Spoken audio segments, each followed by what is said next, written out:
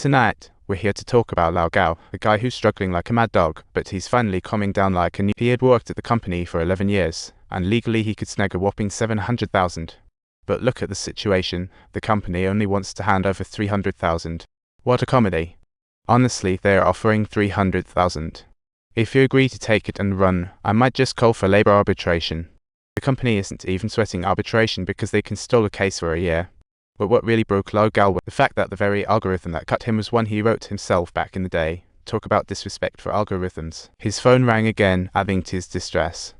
Hurrying on, he realized his coffee was ready. What's wrong with you? I've been trying to reach you forever. Why are you ignoring me? I can't find the extra fees. I can't even understand what you're saying. It's like the world just hit the mute button on me. Everything around him seemed to drain of color, as all these young adults clutched their resumes, waiting for a biased call from the interviewers.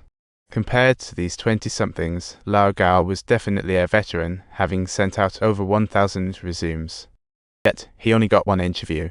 He was interrupted. Wait, you were born in 78. You're 78? Sorry, but I can totally tell you're from 98. Although Lao Gao was blushing, he had to keep pushing through. The interviewer nodded, which meant he had more to say. I previously led a team.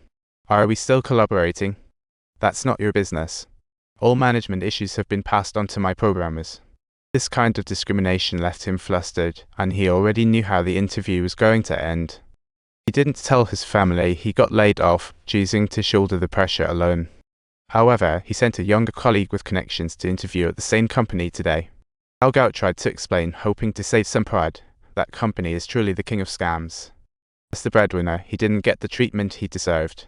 His heart felt heavy with despair. Despite being a diabetic, Lao Gao ran tirelessly down the alley, a true hero in a contradiction. With no options left, he hired a headhunter, but his age made project experience useless. Just give me back the 30,000. The headhunter relaxed, but just as he stood up, Lao Gao saw his escape attempt and pushed him down.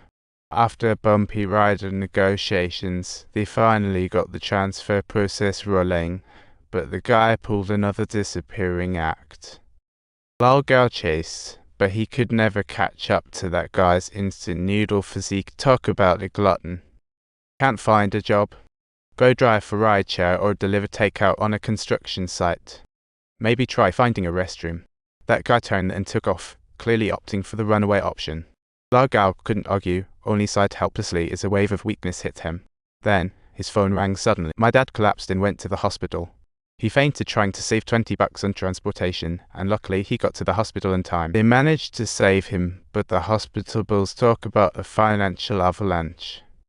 Staring at that bill, Lao Gao finally chose to just compromise with the steep medical fees. I'm giving up on labor arbitration because I desperately need the 300,000 cash. He felt utterly drained. My wife said the mortgage payment failed and asked why I haven't brought home a paycheck in 2 months. She sat right across from him with a tense, "What's wrong?" "I lost my job, and it's been 2 months. His wife fell silent. It felt like the sky was falling. Their previous investments tanked, and there were no savings to speak of. With only 30,000 left across a few credit cards, his wife started counting monthly expenses, which were at least 21. The remaining 15,000 was all on him. He thought that was the only burden, forgetting about medical costs and his daughter's school fees. I plan to start teaching drum lessons to kids again. It should bring in around 7,000 a month. That 15,000 is all on you." He thought that was all, forgetting his father's medical costs and his daughter's international school tuition. His wife suggested moving their daughter back to her old school, but she was unwilling to give up this hard-earned opportunity. "Are you confident that you can handle the situation?" I can handle it. But what are you going to do? How will you manage? Look at me. With Dad in this state, we can't keep going in circles. If we can't keep the house, our daughter will have to transfer schools." His wife suddenly exploded. "We could have talked about this much sooner. We could have come up with a plan earlier, but his sad sense of pride drove things to this point. I'm sorry, Gajale, I'm not mad you lost your job. I can handle that, but I can't accept you hiding it for me. What are you doing here? This is our home, you know." She always felt alone, fighting a solo battle in this family. Lao Gao never realized someone could be part of his fight until now, and that's when her broken heart started to heal. Alright. The bank's calling for payments, and Lao Gao is anxious as ever. Don't forget to subscribe to my channel for more updates.